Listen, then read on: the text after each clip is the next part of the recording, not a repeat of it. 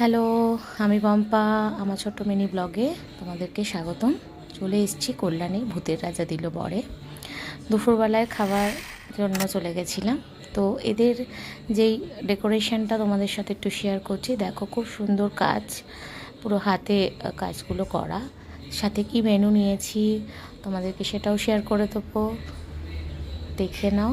এ পাশটা এরকম খড় দিয়েই করা আছে। আর খুব সুন্দর একটা, জানোই তোমরা যে একটা গান হয় ভূতের রাজা দিল বরের। মেনুটা নিয়ে দেখো আমরা কোনটা নিয়েছি সেটাও তোমাদেরকে দেখিয়ে দিচ্ছি।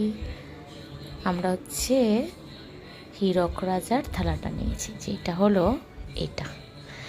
আর এখানের মধ্যে আমরা পোলাওটাকে বাদ দিয়ে আমরা দুটো রাইস অর্ডার করেছিলাম, কারণ আমার কর্তা তো খেতে ভালোবাসে না পোলাও, তার জন্য ভাতটা বলে দিয়েছিলাম।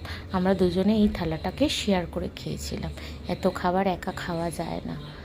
আর তোমরা জানিও কারা কারা ভূতের রাজাতে বেশি খেতে ভালোবাসো আমার মতন। আমি তো খুবই ভালোবাসি, মানে প্রত্যেকটা খাবার খুব ভালোবাসি। তার মধ্যে আমার ছেলেও খুব ভালোবাসে, ও ছিল না।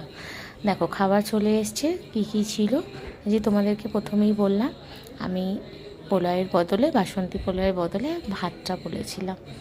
ভাজা ছিল 5 রকম, লুচি ছিল, গন্ধরাজ ফিশ ফ্রাই ছিল, এঁচোড় চিংড়ি ছিল, আলুর দম ছিল, ডাল ছিল, ভেটকি মাছের পাতুরি ছিল, চিংড়ি মাছের কালিয়া ছিল, ইলিশ মাছ সর্ষে ছিল, মাটন ছিল, দুটো রসগোল্লা ছিল, তার সাথে ছিল আমের চাটনি, খুব ভালো লেগেছে খেতে, আর টক দই, আর একটা পাঁপড়।